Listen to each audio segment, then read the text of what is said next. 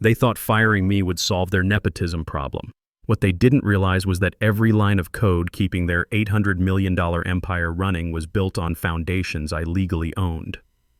The clock started ticking the moment I walked out that door. My name is Zachary Brooks. I'm 47 years old, and at exactly 7:58 a.m. on a Wednesday morning, my 18-year career at Apollo Industries ended with a single word: no.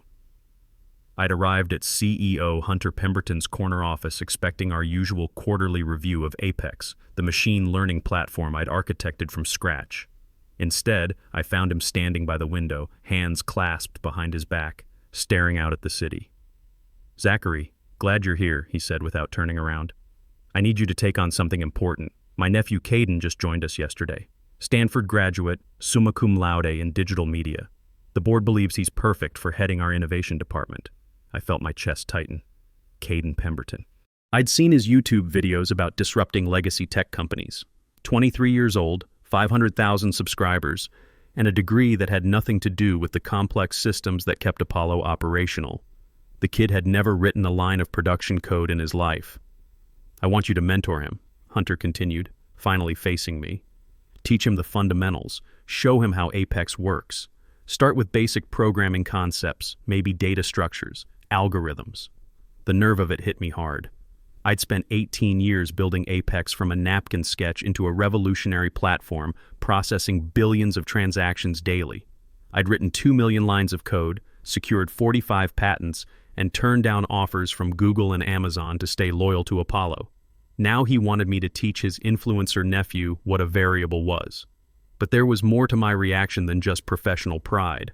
At 47, with an ex-wife depending on alimony payments and a daughter finishing her PhD, I couldn't afford to rock the boat.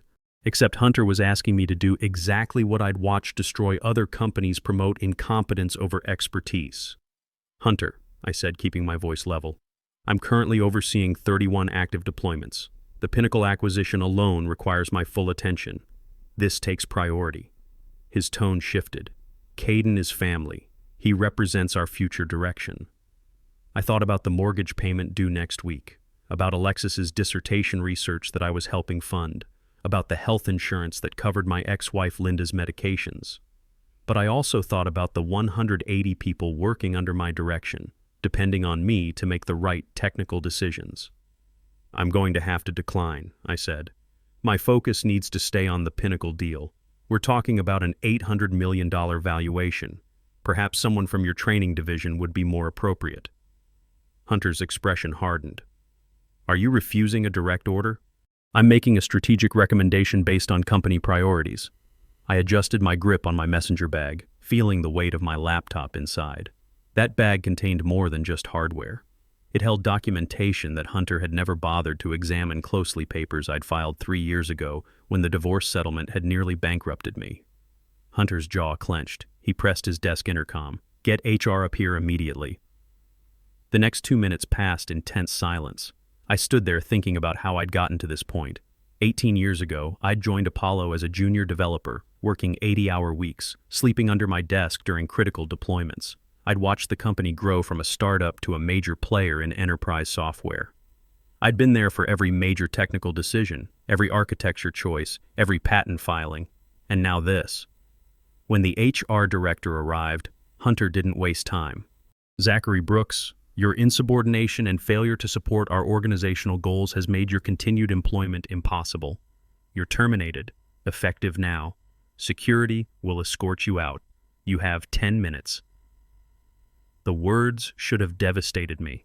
Maybe they would have, if I hadn't been preparing for this exact scenario since the day I structured Brooks Innovation Group during my divorce proceedings. "Understood," I said calmly. "I'll need to document the transition protocols. IT will handle everything. Your credentials are already deactivated." "Already deactivated." He'd planned my termination before I even walked through his door. The decision had been made the moment I walked in, maybe even yesterday when Caden joined the company. As I turned to leave, Hunter called out one last time, "The NDA you signed covers everything. I trust you understand the consequences of violations." I paused at the doorway, allowing myself the briefest smile.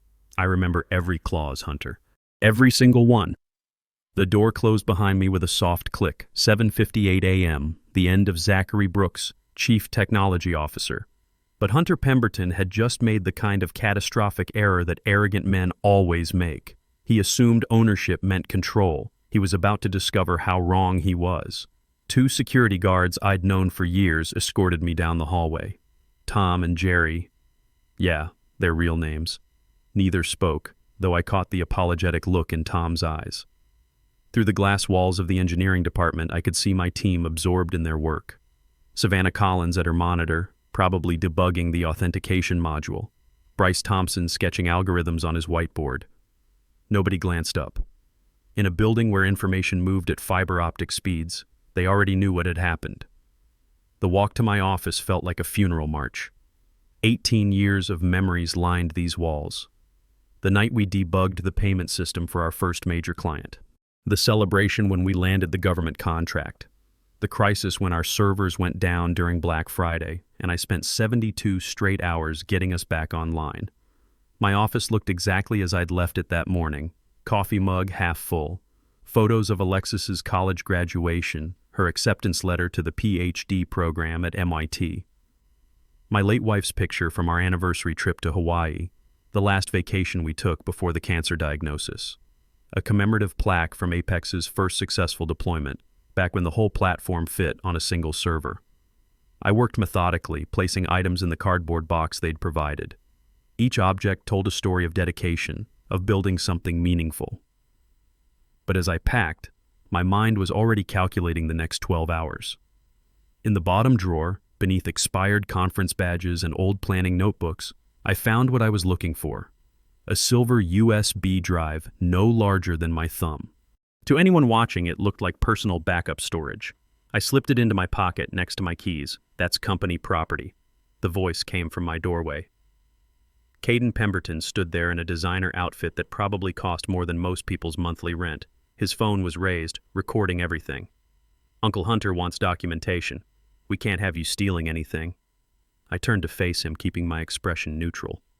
Up close, he looked even younger than his 23 years. Perfect styling, professionally managed social media presence, and the absolute confidence that comes from never having to earn anything.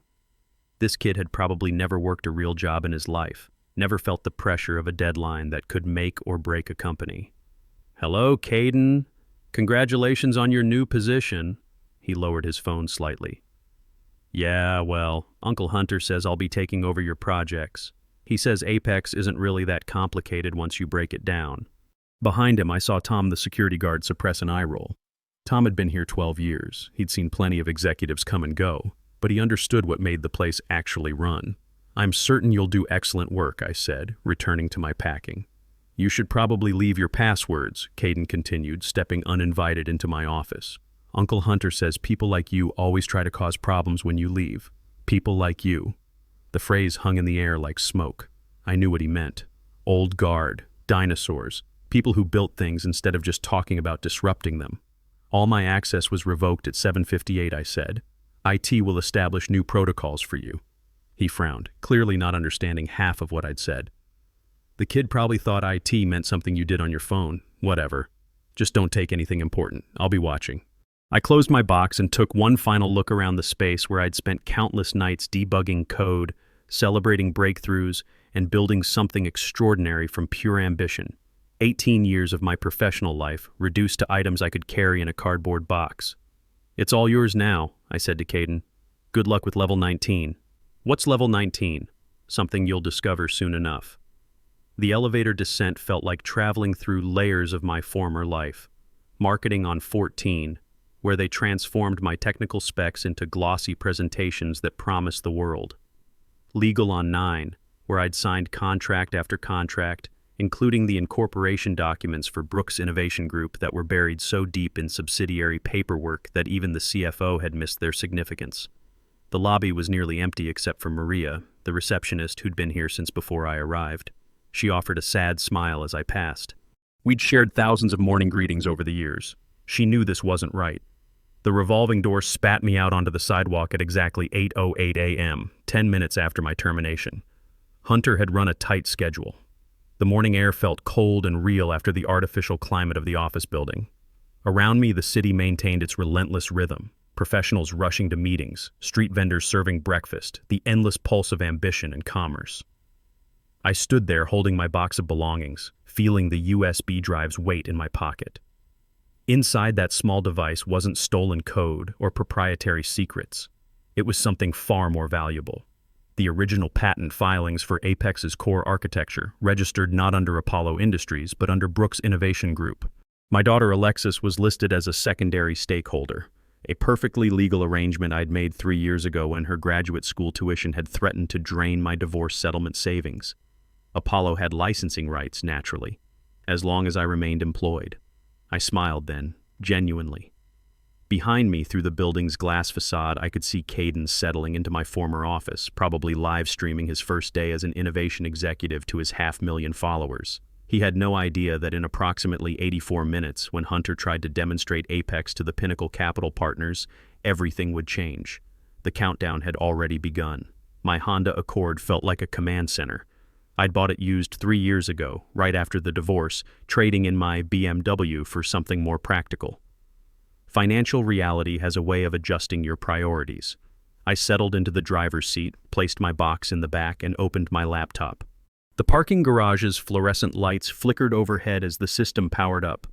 My fingers found the familiar keyboard shortcuts, muscle memory from thousands of hours of coding.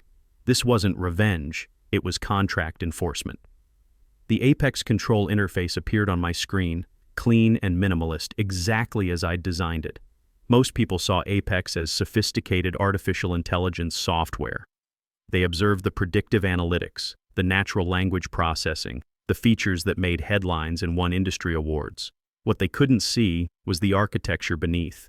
19 layers of interconnected security protocols, each more intricate than the last. I entered my credentials, not my Apollo credentials. Those were dead, terminated at 7:58 a.m., along with my employee ID and parking pass. These were different. Older, more fundamental. Administrative access that went back to the original system architecture. Welcome. System architect status. Operational layers 1 to 18. Active. Layer 19. Standby mode. Layer 19. My insurance policy, built into Apex's DNA from the very beginning.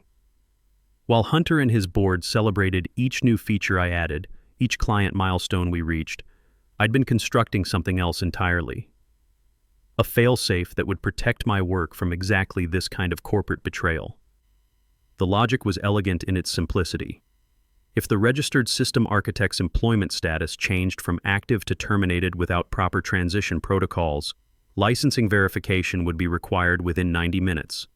Without verification from Brooks Innovation Group, Apex would enter protective mode, refusing all access until the licensing dispute was resolved. It wasn't sabotage. It was intellectual property protection, written into the deepest levels of the code in ways that no one else understood. Hunter could fire me, but he couldn't steal 18 years of my innovation. I checked my phone, 8:16 a.m. Hunter's demonstration was scheduled for 9:30. The Pinnacle Capital team would be expecting a flawless presentation of the technology they were investing $800 million to acquire.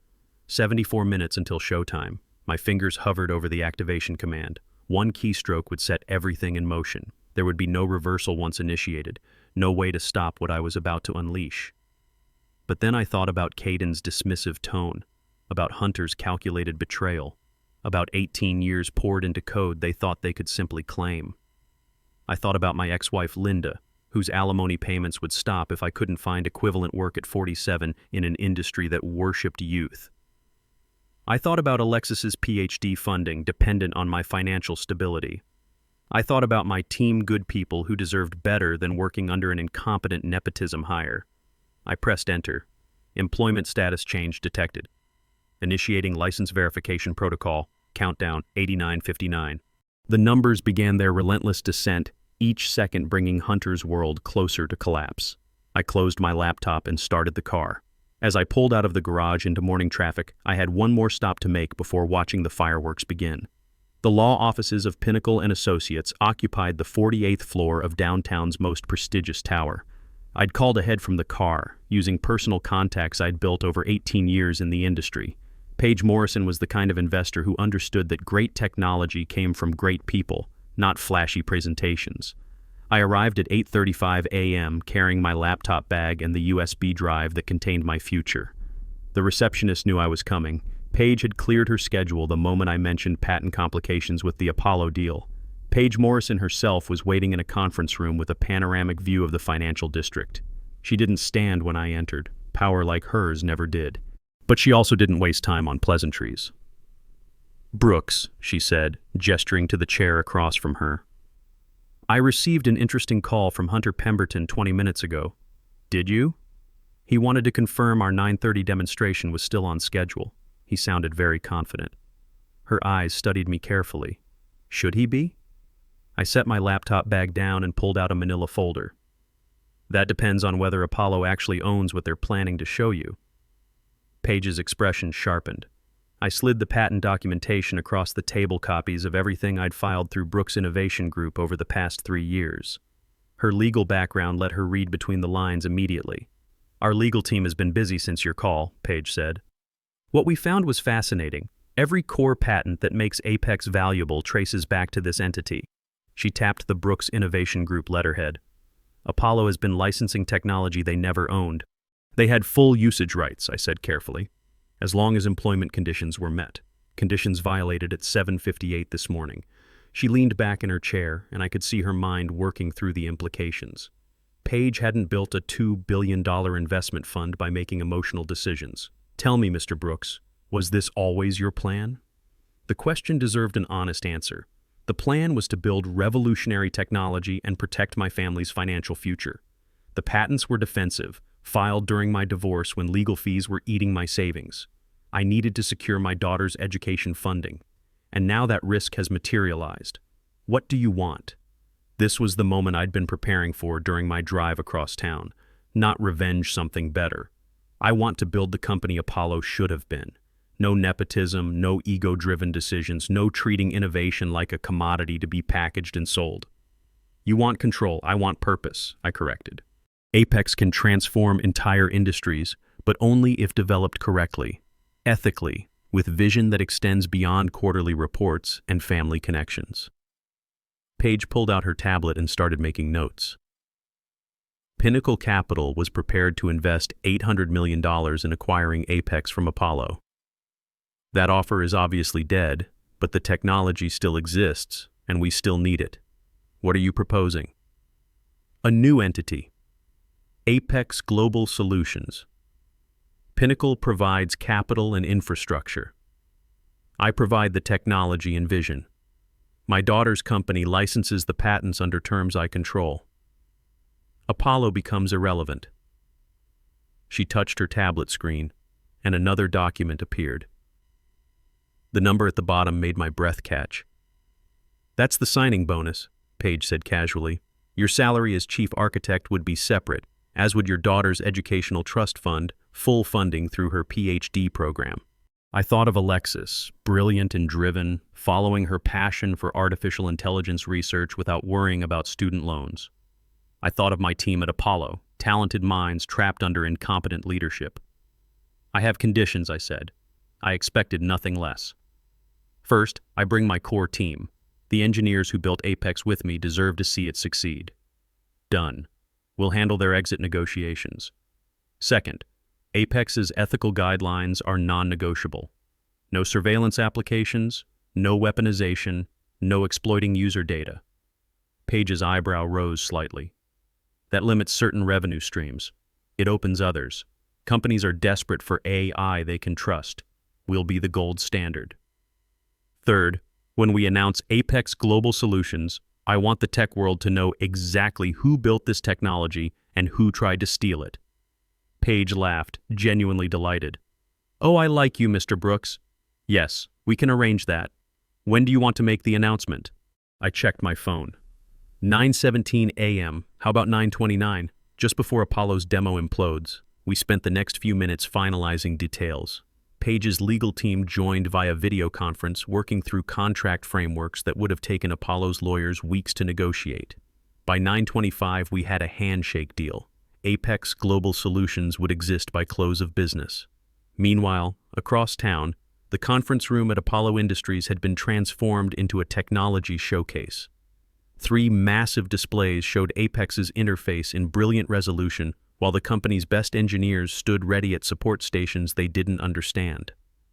The Pinnacle Capital team sat around the polished Table 5 executives in expensive suits, tablets ready to capture every detail of the demonstration that would justify their $800 million investment. Hunter Pemberton stood at the head of the table, confidence radiating from every gesture. Beside him, Caden posed with a tablet, live streaming to his followers about revolutionizing enterprise AI. "Ladies and gentlemen," Hunter began, his voice carrying practiced corporate smoothness, "what you're about to see isn't just software, it's the future of machine learning. Apex represents 18 years of innovation, and under the leadership of our new innovation director," he gestured to Caden, who waved at his phone camera, "we're prepared to scale beyond anything our competitors imagine." I watched the live stream on my phone, sitting in Paige's conference room. Caden looked nervous despite his social media bravado. The kid had probably never been in a real business meeting before. The lead Pinnacle investor leaned forward. "Let's see it in action." Hunter nodded confidently to Riley Foster, the acting CTO who'd been promoted about an hour ago.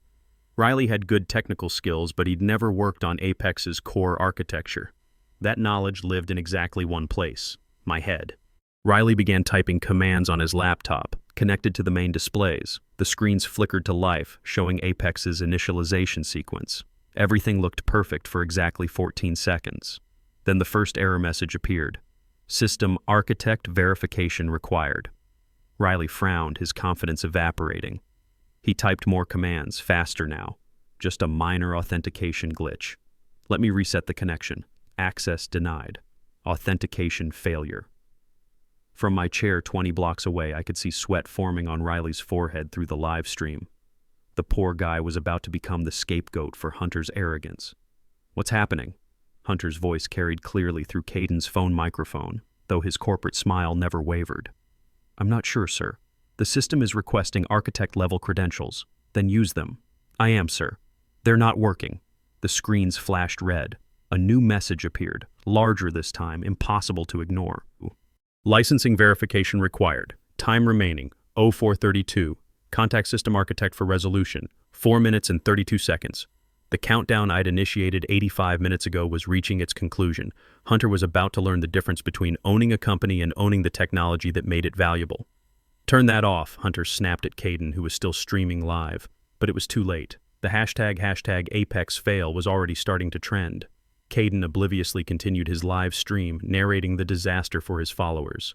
"So sometimes technology has these little hiccups, but that's why we have such an amazing engineering team to—" "Turn that off!" Hunter's voice cut through his words like a whip. Caden blinked at him, confused, but the damage was done. 500,000 people had just watched Apollo's flagship technology fail spectacularly during the most important demo in the company's history. The Pinnacle Capital team exchanged glances. Their lead investor stood up slowly, gathering her materials with the practiced efficiency of someone who'd seen enough failed pitches to recognize a sinking ship. "Mr. Pemberton, it appears you have internal issues to resolve. We'll need to postpone indefinitely." "Wait, please. This is just a temporary glitch. We can reschedule for this afternoon. Your system is completely inaccessible during an $800 million demonstration. Your innovation director is broadcasting our confidential meeting to social media, and apparently the only person who can fix this was terminated this morning." She shook her head. "We'll be in touch, maybe." The Pinnacle team filed out while the countdown continued its merciless progression. 2:15, 2:14, 2:13. "Sir," Riley said, his voice barely audible over the sound of Hunter's increasingly frantic phone calls. "I found something in the system logs. There's a licensing structure buried in the core code. It's not registered to Apollo." Hunter stopped mid-dial. "What do you mean?" "The foundational patents. They're registered to something called Brooks Innovation Group. We only have usage rights, and they're conditional on—" Riley's face went white as he read further. "Zachary Brooks's continued employment with Apollo Industries." The room erupted. Hunter screamed at lawyers on speakerphone. Riley desperately tried to break through security protocols he didn't understand. Engineers ran around unplugging cables and rebooting servers, as if hardware problems could fix a software lockout designed at the architectural level. The #ApexFail was trending worldwide within minutes. 143, 142, 141. Uncle Hunter, Caden whined, finally lowering his phone. Like, can't we just call him and offer him his job back? Hunter turned on him with pure fury. Get out, now! Caden fled, designer sneakers squeaking across the polished floor. At 1:21, Hunter finally swallowed his pride and called me. I let it go to voicemail. He called again. Voicemail. Third time, I answered. Zachary, thank God. Look, there's been a misunderstanding this morning. No misunderstanding, Hunter. You fired me for refusing to train your nephew. We can work this out. The board is prepared to offer you president of technology, full equity package, whatever you want. Through my phone, I could hear panic in the background. Multiple conversations, people shouting technical jargon, the sound of a company coming apart in real time. What I want is for you to learn the difference between owning a company and owning the technology that makes it valuable. Zachary, please, our stock is down 40% in the last hour. Without Apex, we're facing potential bankruptcy. I felt that cold satisfaction settle in my chest, the same feeling I'd had when I pressed enter on the countdown 90 minutes ago.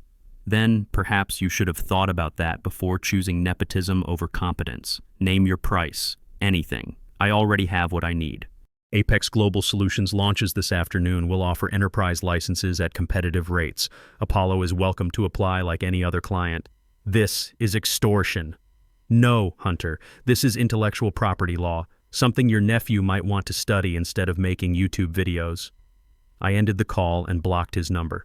At exactly 0000, the screens in Apollo's conference room went dark. Then a single message appeared. Apex system entering protective mode, all access revoked. For licensing inquiries, contact Brooks Innovation Group, authorized representative Zachary Brooks. The silence in that room must have been deafening. My phone started buzzing immediately. Savannah Collins called first. Zachary, is it true? The new company, Pinnacle backing? It's true. And I want all of you with me. Same positions, 60% salary increase, equity stakes, and a chance to build Apex the way we always dreamed. The video call expanded as my whole team joined. Faces I'd worked with for years. People who understood what we'd built together and what it could become. The cheers that erupted made me smile genuinely for the first time all day. When do we start? Asked Bryce Thompson. Monday morning. Pinnacle's legal team will handle your exit negotiations with Apollo. Document everything and don't sign anything without running it by our lawyers first. By 2 p.m., the news was everywhere. Apollo Industries loses core technology in employment dispute. Pinnacle Capital abandons $800 million acquisition. Former CTO claims ownership of revolutionary AI system. Financial networks ran the story every hour. I watched the coverage from Page's office, fielding calls from reporters and industry contacts who suddenly found my expertise very interesting. The best call came at 3:17 p.m. from my daughter. Dad, I just saw the news. Are you okay? I'm better than okay, sweetheart.